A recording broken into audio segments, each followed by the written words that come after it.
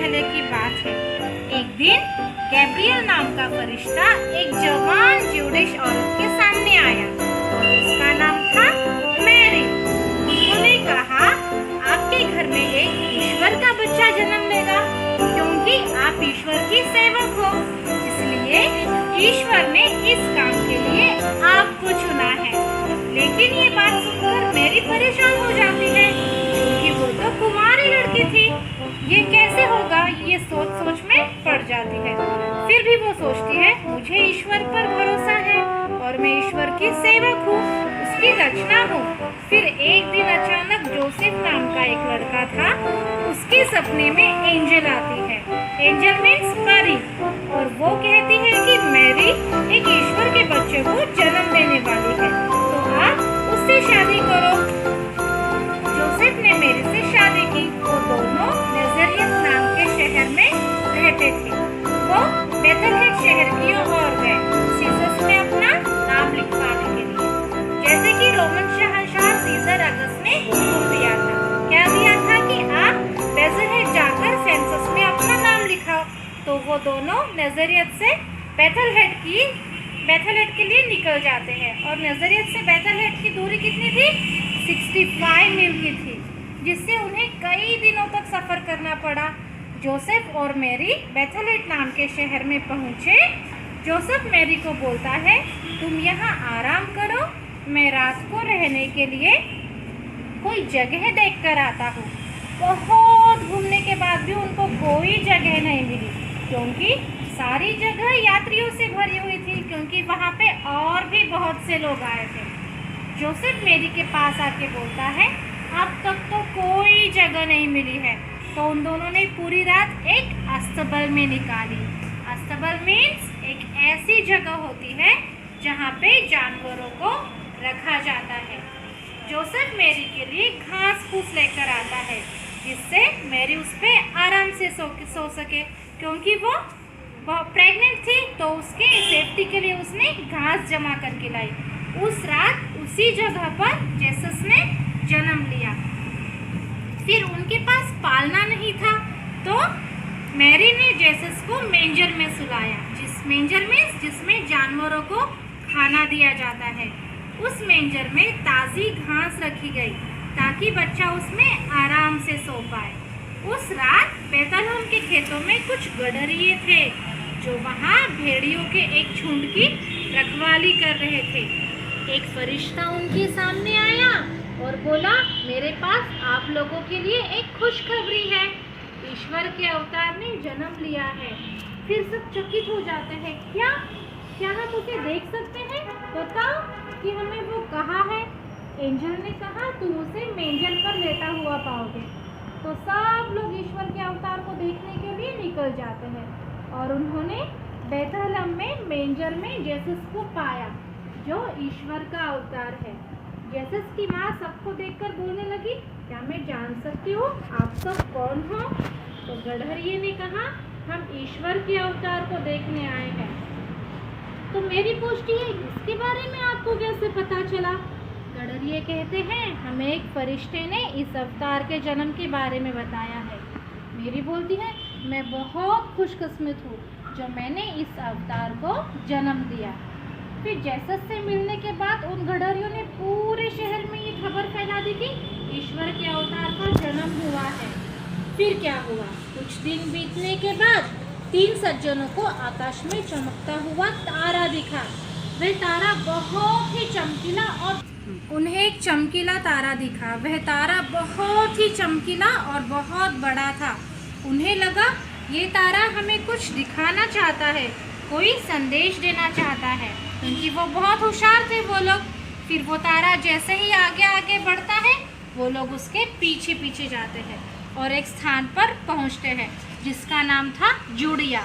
और वो जूडिया एक गांव का नाम था, और जूडिया का राजा था हेरोड। हेरोड ने उस 3 सज्जनों को राजा से मिलने बुलाया। वो राजा से मिलने आता है। राजा ने कहा, मैंने सुना है एक ईश्वर के अवतार का जन्म हुआ है और मैं उससे मिलना चाहता हूँ। तुम अगली बार जब यहाँ से गुजरोगे तो मुझे उसके बारे में बताएं। फिर वो कहता है, वो तीनों ने तारों का पीछा जारी रखा। वो तारा सीधा अस्तबल के ऊपर पहुंच गया और गायब हो गया। वो 3 सज्जन अस्तबल के अंदर पहुंच गए।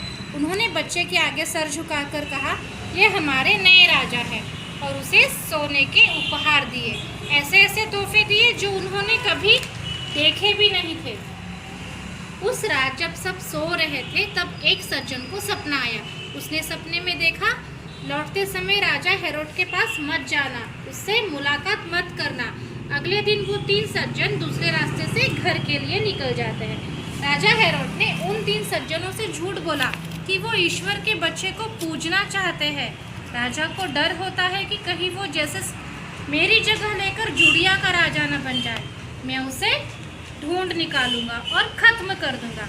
उसे ये बात पता नहीं थी कि जैसे बड़ा होकर देवताओं का राजा बनेगा, धर्म का राजा बनेगा, ना कि जुड़िया का। राजा सज्जनों का इंतज़ार कर रहा था। राजा ने कहा, इतनी हिम्मत, ना तो वो लौटे ना संदेशा दिया, मैं उन्हें नहीं छोड़ूंगा। फिर राजा बोलता है, मैं अपने सिपाहियों को बैतलहम भेजूंगा और उन्हें आज्ञा दूंगा कि वो सारे 2 साल से कम उम्र के बच्चों को मार दे। मुझे यकीन है उन 2 साल के बच्चों में जेसस भी होगा। बैतलहम में जोसेफ को एक सपना आया। उसने देखा कि एंजल कहती है, जोसेफ इजिप्ट की ओर चले जाओ, क्योंकि राजा हेरोड जेसस को मारना चाहता है। इजिप्ट में वो सुरक्षित रहेगा। अगले दिन जोसेफ मैरी और जेसस को लेकर निकल जाता है, जहां वो सुरक्षित रहे। वहां वो तब तक रहे जब तक राजा हेरोड की मृत्यु नहीं हो जाती।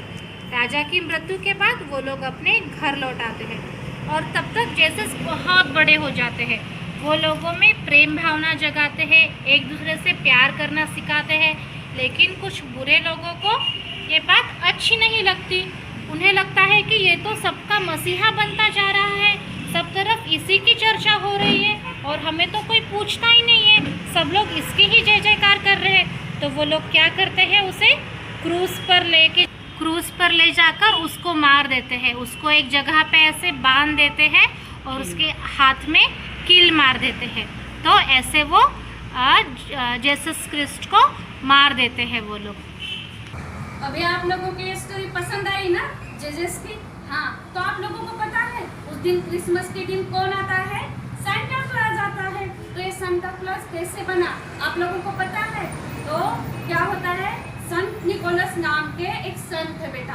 तो वो क्या करते थे, जो अपने गरीब लोग रहते हैं, बच्चे रहते हैं, तो उन लोगों को क्या करते थे, कपड़े गिफ्ट वो दे देते थे। वो बहुत अच्छे थे। और संत निकोलस क्या, यीशु के यानी जेसस के अपने बहुत मानते थे जेसस को।